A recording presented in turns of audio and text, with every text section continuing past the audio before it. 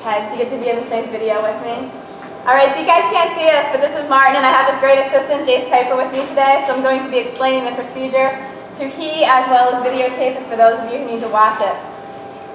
Alright, so when we're talking about assembling the top of the crate, the first thing that we're going to do is we are going to start our nails in. Now, before you ever think about your crate assembly for the top, if you're going to CNC on either of your top 16s, that has to be done before assembly. Of course, your handles have to be made, and your 16s need pre-drilled. Don't try to jump to this step if you haven't done those items. The first thing you're going to do is you're going to start your nails in. The goal is to not to fasten it to the table, okay? So Jace, go ahead. Now, as he's working on this, there are actually specific techniques that you should use when you're hammering. I do oftentimes say I do hammer like a girl. I'm okay with that. Actually, I'm okay if everybody hammers like a girl in class. And the reason I say that, so proper hammer swing, see where I'm at in my video. Proper hammer swing, you're holding the hammer back here and you're truly getting a full swing. Makes me a little nervous in a classroom setting. And with what we're working on, oftentimes holding it up and some smaller taps is just fine.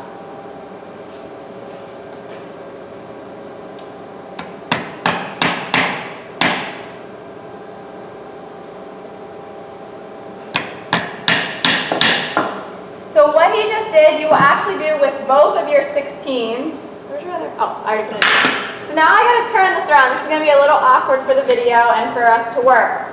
But you're going to take your handles and you're going to stand them in this jig. So a jig is what guides you or holds materials. It's pretty challenging to hold those up and then try to fasten the board without them, going crazy. So you're going to put those up. You're going to put your 16 on top, and then you line it up, and you can put your nails in. Your goal is to get at least the front and the back nails in, or the front and the middle. And when you're doing this, you're not going to put your nail the whole way in. You can even leave this much for now. This much for now of your nail stick out, and then I'll explain why. The problem is, as you're trying to nail this in, your hammer will start to hit the sides. So I'm going to flip it around so Jace has access to line his boards up.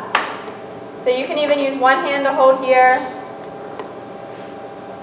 Pull this back out a little. Now it looks like it's lined up. So usually I hold here with one hand and the other hand is putting the nails down. Don't hit your hand. The goal is to always have those nails going in straight.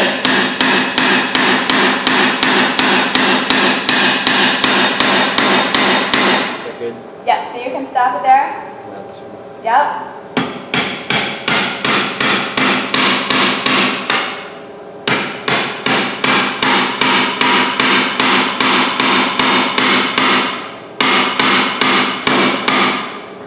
And same thing on the other side.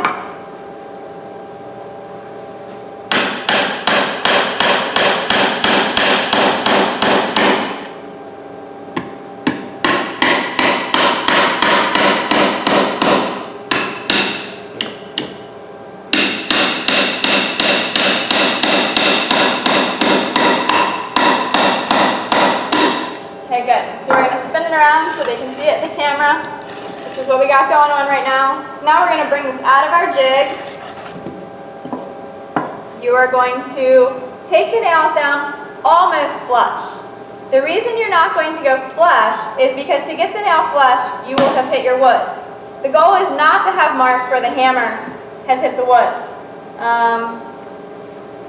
There are different types of hammers over here.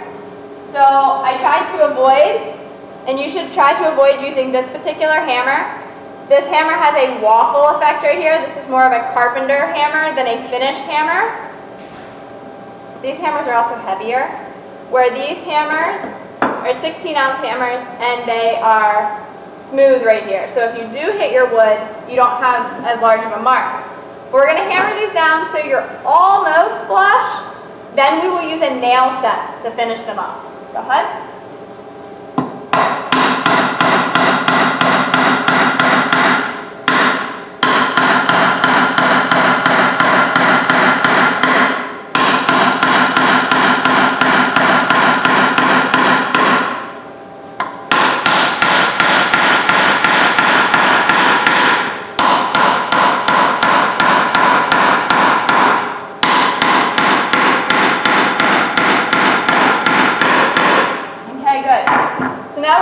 our nail set in, and we're going to set our nails. Now setting a nail, it's a little skill all of its own. I kind of keep this finger right here to kind of try to keep the nail set on the nail. Yes, I've pinched my finger.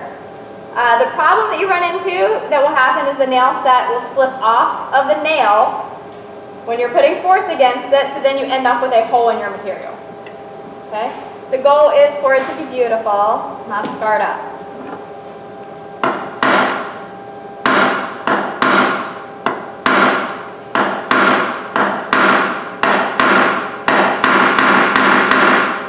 Alright, so I managed to be successful without scarring. I don't know in the video how we can hold this. Can you see that about the depth that it's set? Probably not in the video, but it's set down a good 1/8 of an inch. Okay? Again, it truly is a learned trait. The first couple you do, you may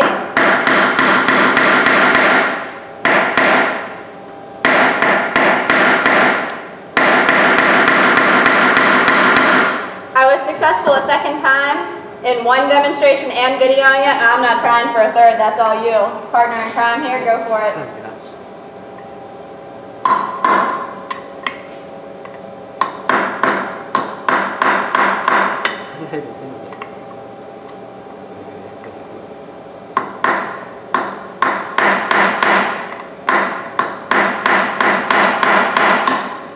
I'm not getting anywhere.